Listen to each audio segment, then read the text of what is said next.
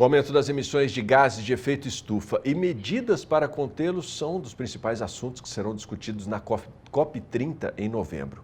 O repórter José Cunha conversou com o chefe da Assessoria de Relações Internacionais da Embrapa, o Marcelo Morandi, sobre este assunto, já que a Embrapa sediou antes, neste Dinapec 2025, um dia antes, um fórum pré-COP, trazendo assuntos importantes que serão discutidos em relação à pecuária na COP30. Confira aí. Morandi, como é que está essas discussões? Quais são as propostas que o Brasil pretende apresentar nessa COP30, nessa próxima COP30? O Brasil participa dessa questão das discussões do clima desde o seu início. Na COP30 nós vamos ter alguns assuntos extremamente importantes sendo discutidos. O primeiro é a questão do aumento das ambições dos países em redução das suas emissões e em adaptação às mudanças climáticas. Então nós vamos estar discutindo os indicadores de adaptação, os indicadores de adaptação que servem para todos os setores econômicos, não só para a agricultura e para a pecuária, mas também para cidades, por exemplo. A gente viu aí as catástrofes que aconteceram no Rio Grande do Sul. Então isso tudo vai estar sendo discutido, né, dentro dessa questão do tema. Lembrando que a COP ela não é um evento de discussão em agricultura, mas sim em toda a questão das mudanças climáticas que afetam todos os setores econômicos. Mas para a agricultura especificamente, a gente vai ter essa discussão, a gente vai ter toda a discussão de como que a agricultura contribui para esse processo, lembrando que a agricultura tem um papel fundamental em manter a segurança alimentar, na produção de alimentos. Então a gente quer mudar, né, a forma de fazer, se distanciar das emissões, reduzir as emissões, distanciar dos combustíveis fósseis, mas ao mesmo tempo manter a capacidade de produzir alimentos saudáveis, em qualidade, como o Brasil tem feito. Então a gente vai ter a oportunidade de estar demonstrando, de estar mostrando e discutindo as tecnologias, os conhecimentos que o Brasil tem desenvolvido em agricultura e em pecuária, que ajudam nesse processo, que são parte dessa solução para reduzir as emissões, para adaptar a agricultura e para garantir a segurança alimentar. Como é que o Brasil pretende conciliar essas questões, né, em relação às condições climáticas com o crescimento econômico e produção sustentável? É exatamente esse o foco dessa reunião, dessa conferência das partes. Como que a gente mantém o desenvolvimento econômico, mantendo a questão da renda, da equidade social e da preservação do meio ambiente e, ao mesmo tempo, garantindo que continue havendo crescimento econômico para sustentar tudo isso, né? Então, a tecnologia é um dos pilares fundamentais para isso. Então, a gente discutiu aqui hoje como que a agricultura tropical pode se posicionar sendo uma grande produtora de alimentos, seja a carne, a proteína, seja a agricultura de forma geral, seja os biocombustíveis, de forma a promover essa melhoria da questão das mudanças climáticas, ao mesmo tempo se adaptando a essa situação e produzindo renda, produzindo desenvolvimento econômico, porque se você não tem desenvolvimento econômico, você não tem, a produção deixa de fazer sentido. E o Brasil é talvez um dos poucos países que tem essa capacidade de ter produção de alimentos, de energia juntos, sem competição, energia renovável, né?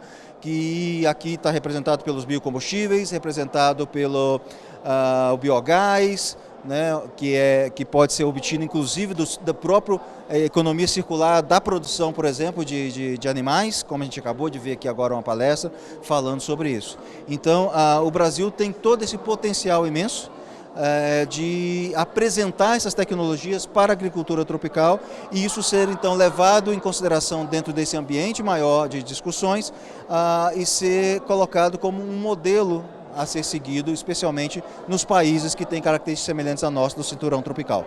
E Morandi, qual que é o papel dessas tecnologias como bioinsumos e sistemas de integração lavoura-pecuária na redução da emissão de carbono? Tem um papel extremamente importante. Por exemplo, pensando em bioinsumos, especialmente aqueles micro-organismos que fazem a fixação biológica de nitrogênio e outros que ajudam na recuperação de fósforo e etc. no solo, ou que ajudam a controlar pragas e doenças. Quando a gente usa esses micro-organismos, eu estou deixando, por exemplo, de usar o fertilizante nitrogenado, que vem de origem fóssil. Então eu deixo de emitir gases de efeito estufa da fabricação desse fertilizante e do uso desse fertilizante no campo. É um exemplo, né? O ILPF, você aumenta a eficiência de uso do solo, o solo está sempre coberto, você tem plantas crescendo ali que estão sequestrando carbono e as raízes estão acumulando carbono no solo. E eu tenho árvores crescendo dentro desse sistema que também estão retirando e acumulando carbono. Então esse é um sistema que nos permite, ao mesmo tempo que a gente está produzindo, a gente está reduzindo as emissões e a gente está até mesmo sequestrando o carbono dentro desse processo. Com relação às energias renováveis, qual que é o potencial da bioeconomia para impulsionar uma economia verde no Brasil? Imenso. O Brasil, como eu disse, é um dos poucos países que tem essa possibilidade de ter a produção de alimentos e de energia no campo consociado sem competição. Alguns outros países não têm essa capacidade, porque ou eles produzem alimento ou eles produzem energia. A gente consegue consorciar essas duas coisas, porque a gente tem segunda safra, a gente tem essa questão toda da economia circular. Então hoje, por exemplo, numa usina de etanol, seja ele de cana, seja ele de milho, nada se perde. Tudo aquilo que era considerado resíduo antigamente, hoje virou coproduto para alguma outra coisa. Seja para a produção de energia, por exemplo, como o biogás, que pode ser queimado para gerar energia elétrica, o biometano, que pode ser usado como combustível em substituição ao diesel, por exemplo. Tá? Nós temos o resíduo, por exemplo, ou do bagaço da cana, ou do DDG, que é o resíduo da produção do etanol de milho, que serve para alimentação animal. Então a gente tem esse círculo todo fechado e aquilo que sobra no final pode ser compostado, por exemplo, e voltar como fertilizante na própria lavoura. Então essa questão, a bioeconomia tem um papel fundamental e o Brasil tem um potencial imenso exatamente por causa dessa integração de alimentos, agroindústria, energia, né? E o próprio, por exemplo, resíduo dos animais, seja os suínos, por exemplo, que pode ser transformado também em biogás, ou a gordura, o sebo bovino, que pode ser transformado em biodiesel. Né? Então a gente consegue fechar esse ciclo todo de economia circular. E com relação aos investimentos, o Brasil tem atraído investimentos suficientes para o desenvolvimento desses projetos sustentáveis? Nós temos potencial de atrair muito mais. Nós temos práticas aqui que poderia estar atraindo uma quantidade de investimentos muito grande. E é esse um dos objetivos também que vai estar sendo discutido na COP. Como que a gente amplia essa ambição também para investimentos em transformação climática.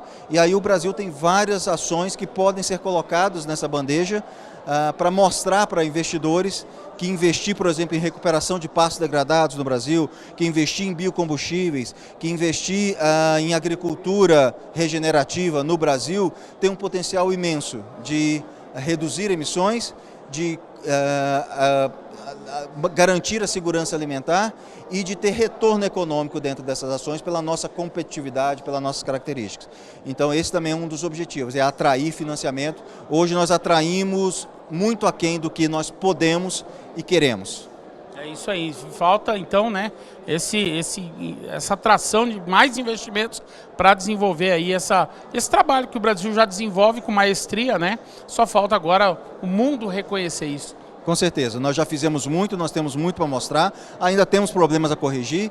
A sustentabilidade ela não é um episódio, ela é uma jornada, mas a gente já deu muitos passos nessa jornada e agora a gente também tem a chance de corrigir ainda os rumos para ajustar aquilo que ainda está errado, vamos dizer assim, e o investimento internacional é muito bem-vindo também para isso, porque a gente pode transformar áreas hoje de baixa produtividade, degradadas, em áreas altamente produtivas.